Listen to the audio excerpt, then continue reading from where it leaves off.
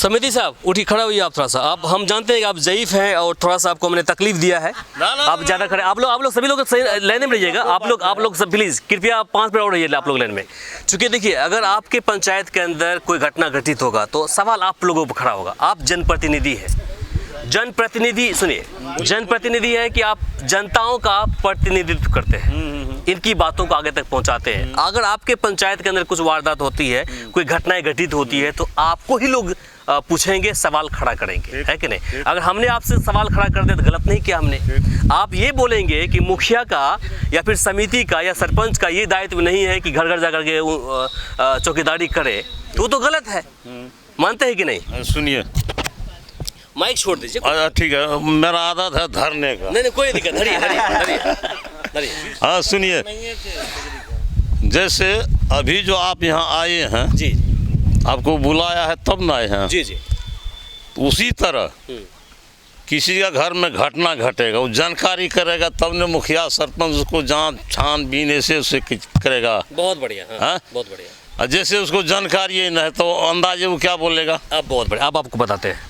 समिति साहब point two point बात करिएगा। हम भी पढ़े लिखे पत्रकार हैं, ठीक है ना? हम बाइक उठा के नहीं आए। अब आप नहीं हाँ, बहुत बताते हैं। हाँ, मेरा पंचायत जानता कितना पढ़े लिखे हैं। अब आपको हम पॉइंट टू पॉइंट बात करते हैं। इसके लिए सुनिए, पंच का यहाँ पर चुनाव होता है, जानबे करते हैं, सब जानते हैं, है ना? इसके बाद वार्ड सदस्य का चुनाव होता है, जानते हैं। सुनिए, भागिए नहीं। अब सुनिए। जैसे आपको बोले ना, आप सुनते नहीं मेरी बात को, आप मेरी बात नहीं सुन रहे। जब सरपंच का पंच है प्रत्येक वार्ड के अंदर, उसके बाद आपको वार्ड सदस्य है। बहुत एक वार्ड के अंदर मान लेते हैं कि आबादी कितनी होगी, मुश्किल से 2000, 1500 या 5000 मान लीजिए मैक्सिमम, है ना? दो वहाँ पर आप एक तरह से मान लीजिए कि वो चौकीदारी मान लीजिए उन दोनों को। अगर उसके वार्ड में कुछ वारदात होती है, कोई बातें होती है, कोई बात सुलगती है, तो क्या उनका दायित्व नहीं बनता है कि वो अपनी बात को सरपंच तक पहुंचाए और मुखिया तक पहुंचाए? पहले जानकारी मिलेगा तब न। ये वाली बात होगी, कैसे जानकारी मिलेगी? नहीं, क्यों नहीं मिलेगी जानकारी? हम पूछते हैं कि जब पुलिस को ऐसा माना जाता है कि जो पुलिस प्रशासन है उनको जानकारी हर बात की मिल जाती है। क्यों मिलती है? क्योंकि उनके जो है ना, जो खबरी है, जो खबरी है उनके हर जगह होता है। खबरी के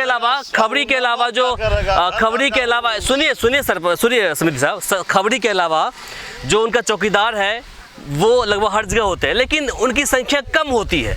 लेकिन यहाँ पर अगर एक पंचायत है तो उसमें कम से कम 6 से लेकर के आपको 14, 15, 16 तक वार्ड सदस्य होता है। उतनी संख्या में पंच भी होते हैं। आप सोचिए कि कितने ये लोग एक्टिव होते हैं, बावजूद इसके इनके पंचायत के अंदर जो मुखिया जी है और जो समिति साहब ये बोलते हैं हमको पता ही नहीं चलता है। सुनिए, उसमें और थोड़ा मामला है ना। बोलिए।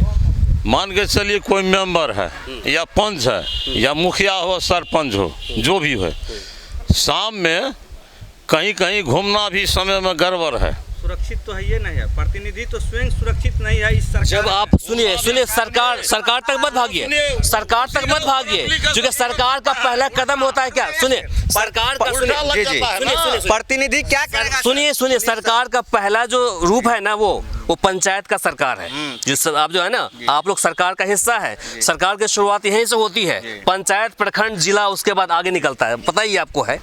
और यहाँ पर अगर आपको कोई दिक्कतें हो रही है तो आपने इस चीज को लिखित वे में क्या पुलिस प्रशासन के पास शिकायत की आपने? जी, बताइए। पुलिस प्रशासन को जो है सरपंच के द्वारा कई बार दिया गया, लेकिन यहाँ मतलब कि इस तरह से घटना हो रहा है, इस तरह से इस पंचायत में इसको कवर कीजिए। लेकिन पुलिस प्रशासन क्या करेगी? पुलिस प्रशासन एक सेकंड, सामने में 2 महीने के अंदर 3 घटनाएं घटित हुई है।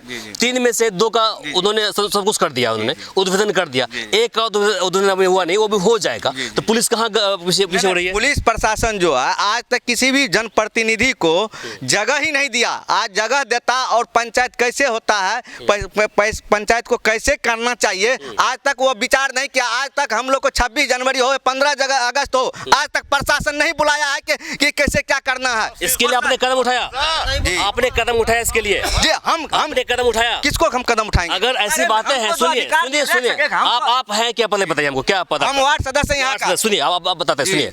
अगर आपके हिसाब से या फिर संवैधानिक हिसाब से प्रशासन नहीं चल रहा है तो क्या उसकी शिकायत आपने एसपी के पास से एकदम करेगा? अरे सुनने वाला कौन होता है एसपी के पास? यहाँ तो हम लोग का जो अधिकार जो दिया गया है सरकार के द्वारा, अभी तो हम लोग सुरक्षित नहीं है कि कैसे चलेंगे, क्योंकि ये कहता है कि ये प्रतिनिधि है, इसको बहुत रुपया आता है, लेकिन यहाँ तो हम लोग को अपने क्या कहेंगे, अपना गुजर बसर चलाने के लिए। देखिए क्या आपने लिखित वे में, क्या आपने लिखित वे में कोई शिकायत दर्ज की है? कहाँ शिकायत एक देंगे? भी दर्ज की आपने हम लोग शिकायत? कहाँ लिखित शिकायत देंगे? किसको देंगे? अपने क्षेत्रीय थाना में शिकायत दर्ज की है? कि कई बार दिया गया है और आपने दी है, आपने दी है, आज तक खोजा है आपने क्या? दी है, आज तक खोजा आपने आवेदन दी है? हाँ हम दिए हैं।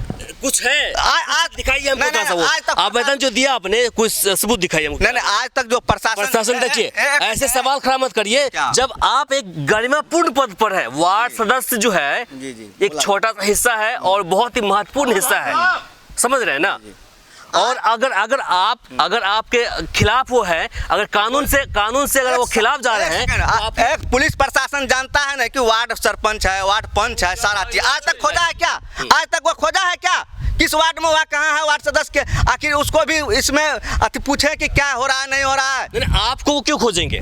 हाँ आपको क्यों खोजेंगे? वो कौन खोजेंगे? आपको वो क्यों खोजेगा? आप उनको खोजिएगा ना कि भाई मेरे वार्ड के अंदर घटना घटित हुआ है, आप उसमें क्या किया, आप खोजेंगे ना। और जिसका घटना हुआ मुखिया जी बहुत निंदनीय घटना है, जिसका घटना ठीक है, निंदनीय मजदूरी करता है, वही चीज आप लोगों ने क्या किया उसके लिए? हम लोग आप लोगों ने उनके लिए क्या किया? क्या हम लोग सरपंच साहब को भी सारा चीज हम लोग बैठ के सारा चीज विचार विमर्श करते रहे, बार बार करते रहता है हमारे सरपंच साहब कि मतलब जहाँ जो हो सारा चीज, और हम लोग जहाँ जो बता इस तरह का जहाँ जो होता है सरपंच साहब को जानकारी देते रहते हैं हम लोग। सरपंच साहब देखिए, सरपंच साहब की जो जिम्मेदारी है वो हद तक वो निभा रहे हैं, और उनसे मैंने सवाल किया, इसलिए किया कि पिछले 3 महीने में अगर 3 लाश यहाँ पर मिली है, बड़ी वारदात यहाँ पर घटित हुआ है, तो सरपंच साहब ने क्या किया? आपके सामने मैंने सवाल पूछा उनसे।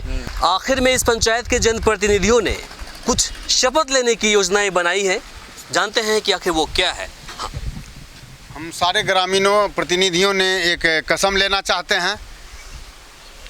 हम कसम खाते हैं हमारे पंचायत में जो भी घटनाएं होगी, हमारे पंचायत में जो भी घटनाएं उसकी निष्पक्ष और ईमानदारी से जांच करवाएंगे, उसका निष्पक्ष और ईमानदारी से जांच कराएंगे, अनुसंधान में प्रशासन की मदद करेंगे, अनुसंधान में प्रशासन की मदद करेंगे, किसी प्रकार की अपराधियों और पीड़ितों के बीच समझौता नहीं होने देंगे, किसी प्रकार अपराधी और पीड़ितों के बीच समझौता नहीं होने देंगे। हमारा उद्देश्य रहेगा क्राइम फ्री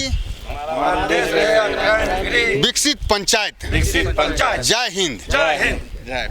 चलिए, बहुत खुशी की बात है कि कम से कम इस पंचायत से ही सही एक बहुत ही स्ट्रॉन्ग इनिशिएटिव कदम उठाया गया है और बहुत ही सुंदर संदेश पूरे देश को दिया है।